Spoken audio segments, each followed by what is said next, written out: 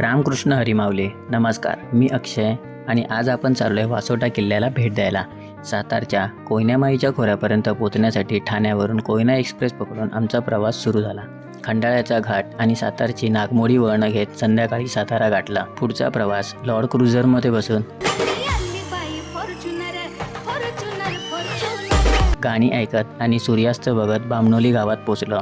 स्वपरिचयाचे व्याख्यान 2 शब्दात देऊन आपापल्या टेंटवर कब्जा करत गाण्यांची आतिषबाजी सुरू झाली. दशावतार आणि बाल्या डान्स हे सादरीकरण देऊन पोटात आग पडल्यावर सगळे जेवणाच्या ताटावर हजर झाले.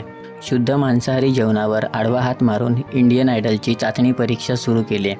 दुसऱ्या दिवशी पहाटे 5ला उठून चाय पोहे खाऊन ट्रेकचा श्री गणेशा केला.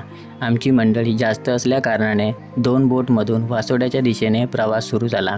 दाट धुकं आणि बोचणारी थंडी प्रवासाची रंगत वाढवत असताना 4 ट्रेंडिंग फोटो काढून घेतले. 1 तासाची बोट सफारी पूर्ण करून वनविभागवाल्यांना प्लॅस्टिक बॉटल आणि व्रॅपरचा हिशोब देऊन ट्रेकला मुख्य सुरुवात केली. 1.5 तासाची दमछाक केल्यानंतर किल्ला नजरेस पडू लागला.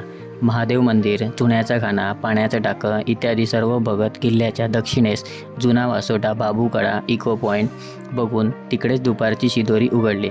त्यानंतर किल्ल्याच्या उत्तरेस असलेला नागेश्वर सुळका नजरेखाली घालून किल्ला उतरायला सुरुवात केली. उतरताना बाजूलाच वाहणाऱ्या थंड पाण्याच्या प्रवाहात पाय पसरून 10 मिनिटं रिलॅक्स मोड ऑन केला. परतीचा प्रवास बोटमध्ये बसून सुरू करताच एक लेजेंडरी सेल्फी घेऊन सूर्यास्त बघत ट्रेकचा शेवट झाला.